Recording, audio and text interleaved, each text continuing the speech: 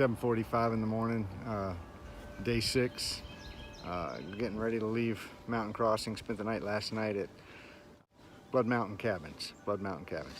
And there were 3 of us in one cabin, a 3-bedroom. Well, it was actually more like a loft, a bedroom, and a pull-out couch. But worked out great. We got a good shower, good meal, and resupplied here at Mountain Crossings yesterday. And we'll head to either Whitley Gap Shelter or Low Gap Shelter, I think is the next one. Can't remember. One's 6 miles and one's 13 miles. The weather is due to hit us hard in about an hour, so we're just going to try to get as much hiking as we can do before then. See you later. It's the morning of day 6. It's supposed to storm in about an hour. Right now it's just a lot of wind and a lot of fog. It's probably in the 50s, low 50s. The wind is constant at about 10 to 20 with gusts to 30. This is my tent setup at Low Creek Gap. This is the trail that leads in. It's not supposed to be a water source, but it's a nice little quiet babbling brook that might just keep me sleeping tonight. But this is actually the path, and this is kind of what I've been walking in all day. Went 12 miles today. I'm at Low Gap Shelter. Shelter itself is full, only holds about 5 or 6 people. There's right now about 5, 6, 7, 8, 9 tents here. It's a good location, but none of the tent sites are flat, so you always pitch your tent so that if any water gets in, it collects in the same corner, in one corner. That way, it's easy to dump it out in the morning. It will happen, especially with tents like mine. The Z-Packs are notorious for condensation, but that's the price you pay for having a light tent. And I'm all about lightweight, much as I can be. I laid my socks out to dry overnight, and they're frozen.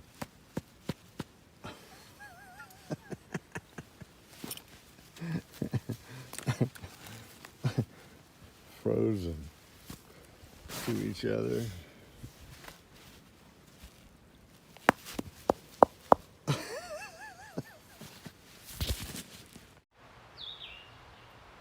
Dropped to about the mid-30s last night. I stayed pretty toasty, which means I'm going to give a very positive gear review for my Sea to Summit sleeping bag liner. That thing was awesome. I know it added the extra degrees I needed to get me through a night like this. And this, it wasn't too bad. My socks were frozen solid this morning because I had left them out to dry out. So I'm walking today in my sleep socks, and hopefully we'll be able to dry out my normal hiking socks on the pack as we go. But otherwise, it was a good night. A good bunch of people still at the shelter, and I'll be hitting the trail real soon. I did about a 12-mile day yesterday. I'm looking to do a 15 today. If I can pull a 15 off today, I should wind up somewhere around the Cheesecake Factory tent site. I'm about 1.5 miles out of Low Key Gap. Had to stop, take off all my winter clothing. It's going to get to a high of about 58 today, and even though it was in the 30s down in the gap, up here it's much warmer. So I had to stop and put on some sunscreen because my dermatologist insisted if I didn't wear it, she would just fry my entire face the next time she saw me, and not just my forehead. You wonder why I wear bandanas and hats. It's to protect it from what's left, protect it from the sun. But you're going to be in and out of a green tunnel, but as you can see, there aren't a lot of leaves on these trees, so it's not exactly a green tunnel. It's more like a stick forest right now. I'm sure it'll explode in the next month or so, but right now it's just the sun gets through here pretty quickly, so it doesn't hurt to stay protected. So my salmon-y color, my glow, it's all SPF 50 zinc.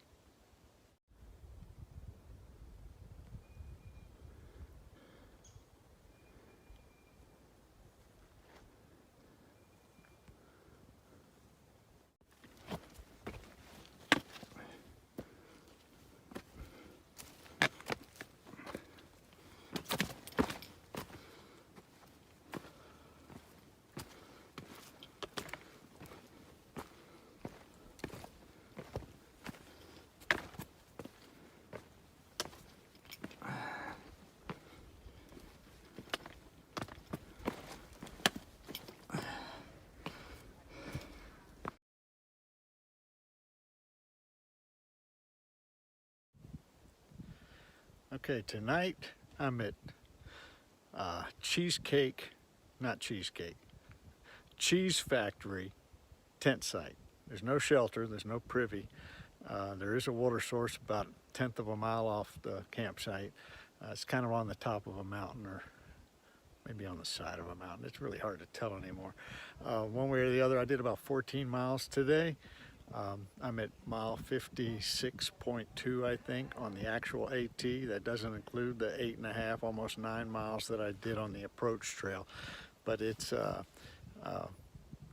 Monday night, the 29th, and so far things are going good. My knees are doing great.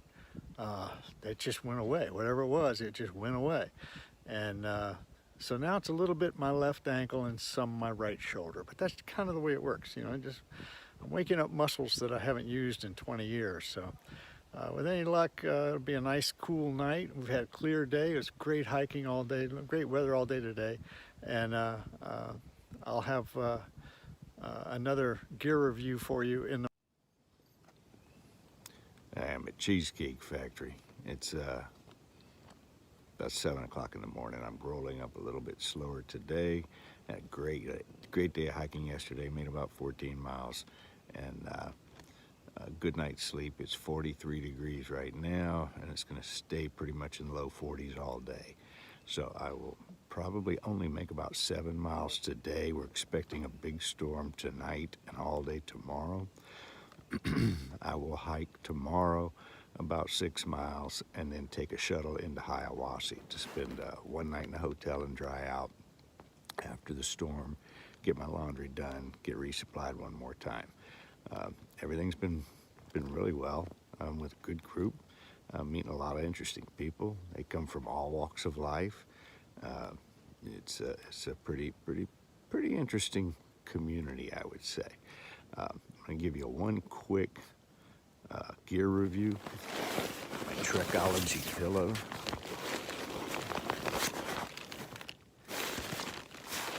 It has to be blown up a couple of times a night.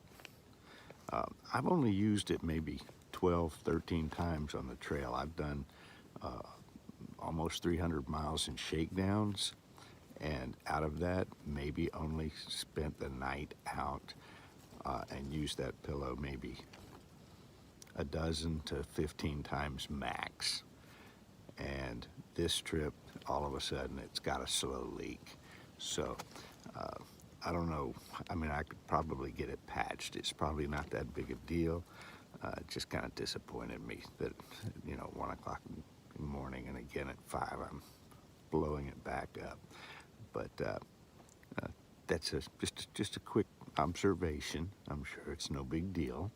I'm sure they make lots of great pillows, and I really like this pillow, but I'm sorry it's losing air.